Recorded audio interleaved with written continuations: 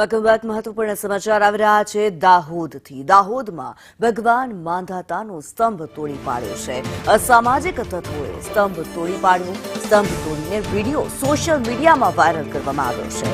Devgadh Bariya road પર આ સ્તંભ લગાવાયો હતો. સ્તંભ તોડી પાડતા કોળી સમાજમાં રોષ પ્રવર્તી રહ્યો છે.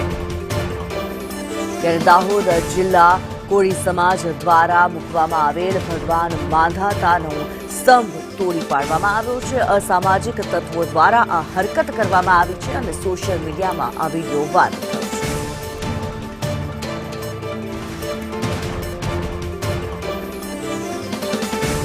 દાહોદમાં ભગવાન માંધાતાનો સ્તંભ તોડી પાડવામાં આવ્યો છે. કોળી સમાજમાં આ ઘટનાને લઈ રોષ પ્રવર્તી રહ્યો છે. સોશિયલ મીડિયાની અંદર આ વિડીયો વાયરલ થતા કોળી સમાજમાં રોષની લાગણી જોવા મળી રહી છે.